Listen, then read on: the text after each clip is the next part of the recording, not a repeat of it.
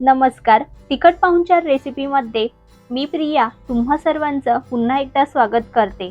आज आपण चिंच गुळाची आंबट गोड तिखट चवीची चटपटीत अशी चटणी कशी तयार करायची हे बघणार आहोत. मागच्या व्हिडिओमध्ये आपण मल्टीपर्पज अशी हिरवी चटणी कशी बनवायची ते बघितले, तर आज आपण खट्टी मिठी मस्त चटपटीत अशी चिंचेची आणि गूळ घालून केलेली पौष्टिक अशी चटणी कशी बनवायची ते बघत आहोत. त्यासाठी 1 वाटी चिंच 2 वाटी पाण्यामध्ये 3 ते 4 तासासाठी भिजत ठेवली होती. चिंच भिजल्यामुळे तिचा गर चांगल्या पद्धतीने निघतो. चिंच भिजल्यानंतर असं हाताने कुस्करून संपूर्ण गर काढून घ्यायचा. त्यानंतर जमेल तितका राहिलेला चोथा हाताने असा पिळून घ्यायचा. नंतर एक कढई किंवा पातेल्यामध्ये हा निघालेला संपूर्ण गर चाळणीच्या मदतीने गाळून घ्यायचा. तर बघा या पद्धतीने, जेणेकरून यात जर काही चिंचेच्या शिरा किंवा चोथा शिल्लक असेल तर तो देखील संपूर्ण निघून जाईल. तुमच्याकडे चिंच भिजवण्यासाठी जास्त वेळ नसेल तर तुम्ही ही चिंच भिजत ठेवण्याऐवजी गरम पाण्यात 10 ते 15 मिनिटं उकळून घेऊन त्यानंतर याच पद्धतीने थंड करून तिचा गर काढून गाळून घेऊ शकता. तर बघा, अगोदर चमच्याने नंतर हातानेच मी सर्व असं व्यवस्थित चाळणीने गाळून घेतलं. आता हा चाळणीत उरलेला चोथा काढून टाकायचा. नंतर चाळणीला भरपूर चिंचेचा गर लागलेला असतो तो सुद्धा हाताने काढून घ्यायचा. तर या ठिकाणी चिंचेचा कोळ अगदी सोप्या पद्धतीने काढून घेतला. आता ही कढई अशीच गॅसवर ठेवायची. गॅस मध्यम करून हा चिंचेचा कोळ उकळून घ्यायचा. त्यामुळेच अगोदरच चिंचेचा गर हा कढईत किंवा पातेल्यातच गाळायचा, म्हणजे जास्त भांड्यांचा पसाराही होत नाही. अशी उकळ यायला लागली की यामध्ये पाऊण वाटी इतका गूळ घालायचा. तर 1 वाटी चिंचेसाठी मी इथे पाऊण वाटी बारीक चिरलेला गूळ घातला. आता गोड तुमच्या आवडीनुसार तुम्ही घालू शकता, किंवा चिंच जास्त गोड असेल तर अर्धी वाटी गूळ घातला तरी चालेल. आता चमच्याने सतत ढवळत राहायचं आणि गुळही चांगला वितळवून घ्यायचा. आता तुम्हाला यावर असा फेस दिसत असेल, परंतु जसजसं हे चिंचेचं पाणी किंवा कोळ जसजसा गरम होत जाईल म्हणजेच आटत जाईल तसतसा हा फेस सुद्धा नाहीसा होतो.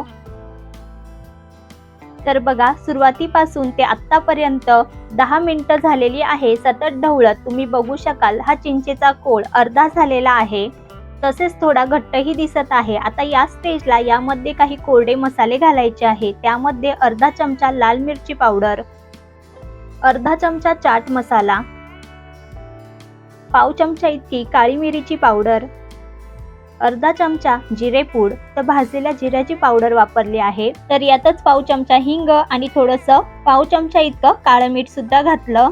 तर घातलेले मसाले सुद्धा चांगले मिक्स करून घ्यायचे, म्हणजेच एकजीव करून घ्यायचे. तर मसाले छान मिक्स झालेत. आता गॅसची फ्लेम ही आपण कमी करू आणि कमी केल्यानंतर यामध्ये 2 चमचे इतकी साखर घालायची.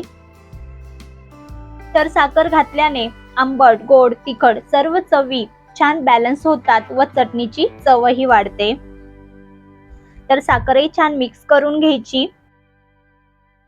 आणि आता सुरुवातीपासून ते आतापर्यंत 20 ते 25 मिनिटं झालेली आहे. तुम्ही चटणीची थिकनेस बघू शकता. शिवाय कढईतील चिंचेचा कोळ हा 1 इंच तरी आपण चांगला आटवून घेतलेला आहे. तर या स्टेजला आपण गॅस बंद करूया. आणि तुम्हाला जर समजत नसेल की गॅस कधी बंद करायचा, तर चमचा असा तयार मिश्रणात फिरवून त्याची जेव्हा अशी पातळ लेयर तयार होते तेव्हा समजायचं की आपली ही चटणी परफेक्ट अशी शिजली आहे. त्यानंतर ही चटणी पूर्णपणे थंड करून घ्यायची आणि थंड झाल्यानंतर तुम्ही तिची थिकनेस बघू शकता, ती आणखीच घट्ट होते. तर बघा, इथे चिंचेची चटणी ही पूर्णपणे थंड झाली. पाहता क्षणीच तोंडाला पाणी सुटेल अशी ही चटणी तयार झालेली आहे. थिकनेस तुम्ही बघू शकता, अगदी परफेक्ट जशी मार्केटमध्ये भेटते तशीच ही चटणी तयार झालेली आहे. आणि जी पहिल्यांदा आपण गॅस बंद केल्यानंतरची एक लेयर तयार झाली होती, तर थंड झाल्यानंतर याची डबल लेयर तयार होते. तर बघा, दाखविल्याप्रमाणे आणि अशीच ही चटणी तयार झाली पाहिजे. तर ही तयार चटणी कोरड्या काचेच्या बरणीत भरून साधारणपणे 3 ते 4 महिने फ्रीजमध्ये आरामशीर टिकते. ही चिंचेची चटपटीत चटणी कुठलाही चाटचा प्रकार असो त्यामध्ये हमखास उपयोगी पडते. तयार चटणी पाणीपुरी, रगडा पॅटीस, समोसा, ढोकळा, दहीवडा, भेळपुरी सोबत पाहिजे तेव्हा एन्जॉय करू शकता. तर एकदा ही मल्टीपर्पज चटणी नक्की बनवून बघा. रंग तर बघा, थिकनेस बघा, किती सुरेख ही चटणी झाली आहे. यात कुठलाही कलर घातलेला नाही आणि बनवायला सुद्धा सोपीच आहे.